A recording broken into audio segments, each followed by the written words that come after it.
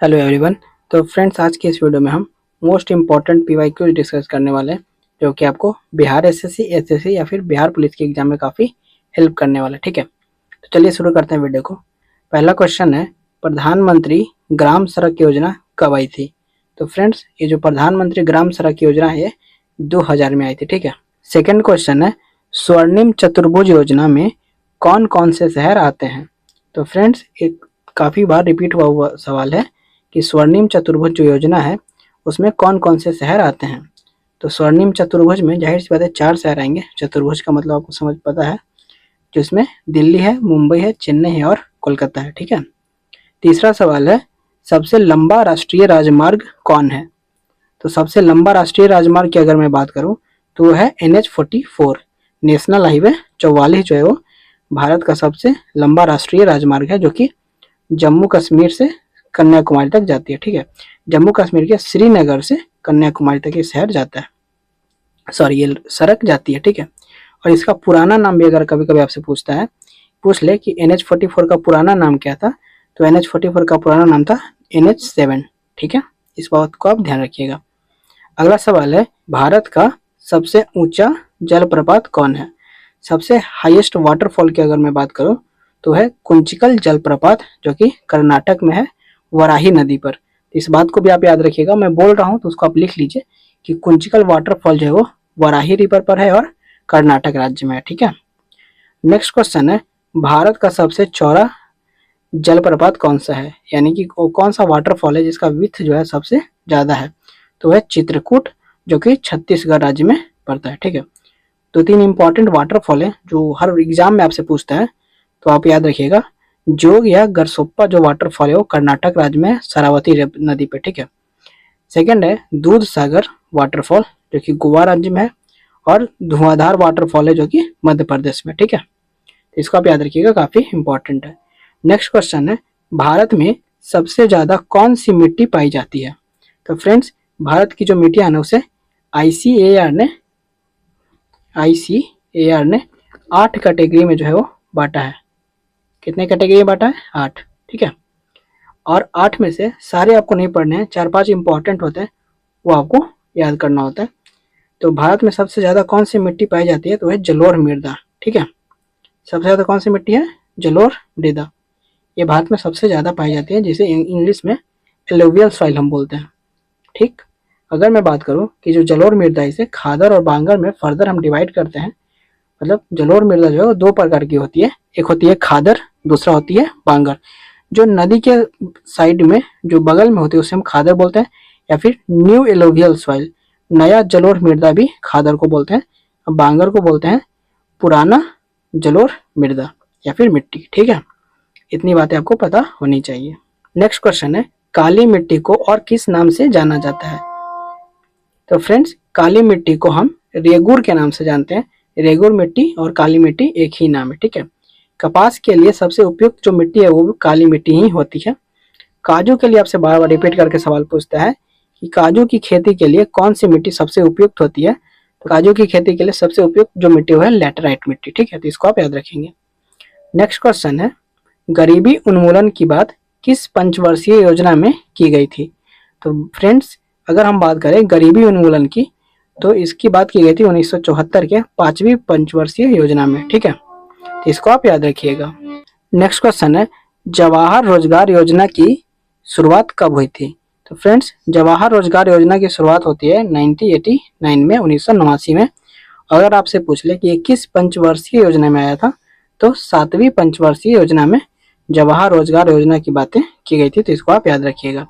अगला सवाल है, राष्ट्रीय खाद्य सुरक्षा योजना नहीं होगा, राष्ट्रीय खाद्य सुरक्षा अधिनियम होगा। ठीक है, इसको आप याद रखिएगा, अधिनियम। राष्ट्रीय खाद्य सुरक्षा अधिनियम कब लागू हुआ था? तो ये लागू हुआ था 2013 में, 12 सितंबर 2013 को ये आया था। फूड सिक्योरिटी एक्ट हम इसे इंग्लिश में बोलते हैं। इस योजना के तहत फ्रेंड्स 5 केजी चावल, गेहूं और मोटे अनाज मिलते हैं लोगों को, वो भी 2 रुपए में चावल, 3 रुपए में चावल, 2 रुपए में गेहूं, और मोटे अनाज का जो प्राइस होता है वो 1 रुपए प्रति केजी होता है। ठीक है। नेक्स्ट क्वेश्चन है, राष्ट्रीय ग्रामीण रोजगार गारंटी अधिनियम यानी नरेगा जो है वो कब लागू हुआ? तो फ्रेंड्स, नरेगा जो है वो 2 फरवरी 2006 को लागू हुआ, ठीक है। और इसे 2 अक्टूबर 2009 को मनरेगा कर दिया गया। मनरेगा मतलब इसमें जो म है ना महात्मा गांधी से रिलेटेड है। और 2 अक्टूबर को यानी कि गांधी जी का जो जन्मदिन है, जो गांधी जयंती हम सेलिब्रेट करते हैं, उसी दिन नरेगा का जो नाम है वो चेंज करके मनरेगा कर दिया गया। तो इस बात को भी आप याद रखिएगा, ये भी एग्जाम में पूछा गया है। अगला सवाल है सहायक संधि। सहायक संधि की पद्धति को किसने शुरू किया? पूछ रहा है कि कौन सा वो वाइसरॉय था या फिर गवर्नर जनरल था जिसने सहायक संधि यानी कि सब्सिडरी अलायंस को शुरू किया था। तो इसको करने वाला था लॉर्ड वेलेस्ली, ठीक है। और सहायक संधि को सबसे पहले मानने वाला या फिर उस पर साइन करने वाला कौन सा राज्य था? ये बहुत इंपॉर्टेंट है, हैदराबाद। इसको बार बार रिपीट करके पूछा है। और एक कब आया था? 1798 में। 1798 में ही हैदराबाद ने इस संधि पे हस्ताक्षर किए थे। तो इसको भी आप याद रखिएगा। एक सवाल और जो आपसे पूछता है कि परमानेंट सेटलमेंट जो है कौन सा वाइसरॉय या फिर गवर्नर जनरल लेकर के आया था? तो आप याद रखिएगा लॉर्ड कॉर्नवालिस, ठीक है। लॉर्ड कॉर्नवालिस ने परमानेंट सेटलमेंट लेके आया था। कब? 1793 में। इस बात को भी आप नोट करिएगा, ठीक है। अगला सवाल है दोस्त, सन्यासी विद्रोह भारत के किस राज्य में हुआ? तो इसका जो राइट आंसर है वो है बिहार और बंगाल। बिहार और बंगाल में सन्यासी विद्रोह होता है। तो इस बात को आप याद रखिएगा। कुछ और इम्पोर्टेंट विद्रोह हैं जिनका नाम भारत के किस क्षेत्र में हुआ वो और कब हुआ। कब हुआ ये बहुत इंपॉर्टेंट है। आपको 3-4 दे देगा, बोलेगा कि इनमें से सबसे पहले कौन सा विद्रोह हुआ था। रिपीटेड सवाल बनते हैं इस टॉपिक से, ठीक है। इसलिए मैंने सबको यहाँ पे लिखा है, आप याद कर सकते हैं। जैसे एक बार मैं आपको बता देता हूँ, जो भील विद्रोह है पश्चिमी घाट में हुआ था 1825 से 31 के बीच। अहोम विद्रोह जो है वो असम राज्य में हुआ है 1828 में।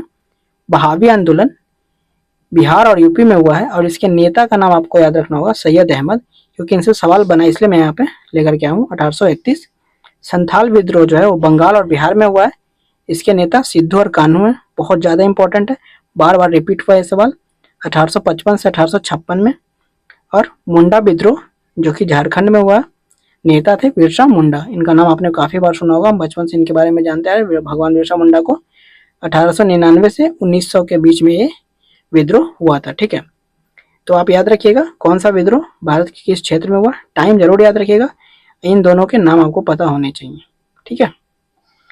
अगला सवाल है फ्रेंड्स, विदेश में तिरंगा सबसे पहले किन्होंने फहराया?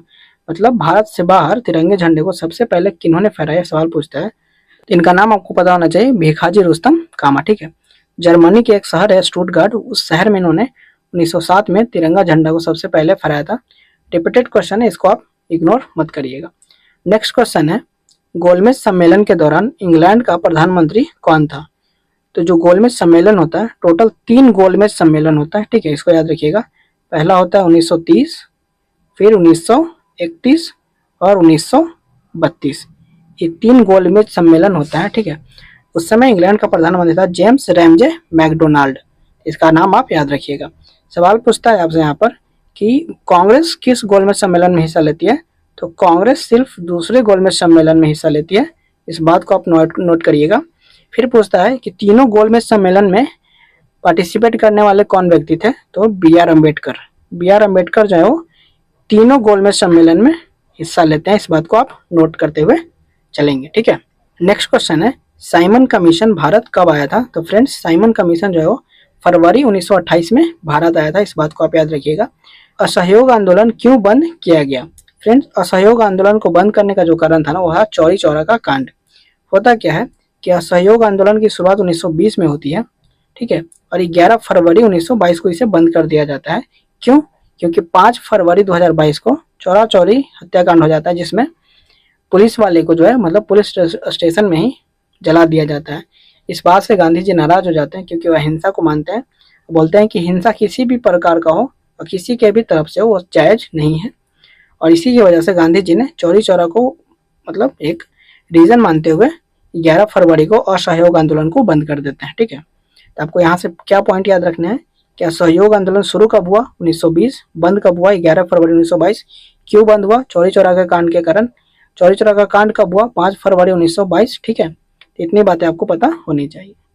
नेक्स्ट क्वेश्चन है, सर्वाधिक जनसंख्या घनत्व किस राज्य का है? सेंसस से इतने सवाल आपको बनेंगे कि आप परेशान हो जाएंगे, इसलिए आप एक बार सेंसस को खुद से जरूर पढ़ें। कुछ क्वेश्चन मैं यहाँ पे बता रहा हूँ। ऐसे फर्दर वीडियोस में ऐसे कर करके आपको सारे पूरे सेंसस को मैं बता दूंगा, ठीक है। उसके लिए आपको क्या करना होगा, वीडियो को लाइक करिए, चैनल को सब्सक्राइब करिए, ठीक है। तो चलिए देखते हैं क्वेश्चन को। सर्वाधिक जनसंख्या घनत्व किस राज्य का है, तो बिहार का। न्यूनतम जनसंख्या घनत्व किस राज्य का है, तो अरुणाचल प्रदेश का, ठीक है।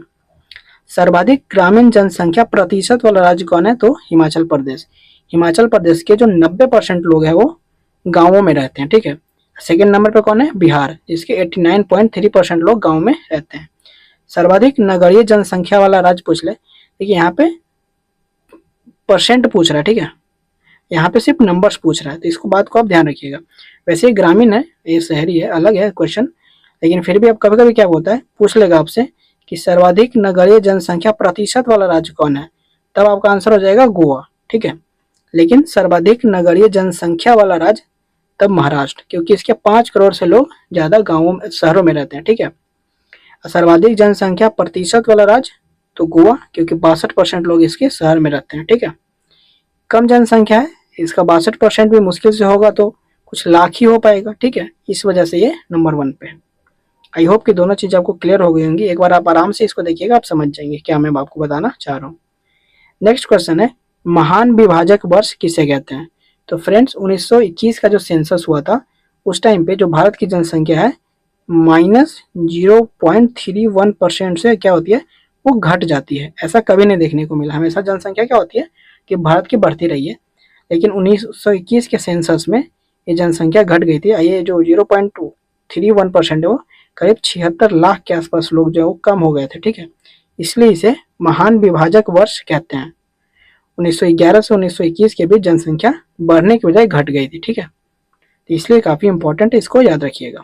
वीडियो अच्छी लगी तो वीडियो को लाइक करिए, अपने दोस्तों के साथ इसे शेयर करिए और चैनल को सब्सक्राइब जरूर करिए। Thank you.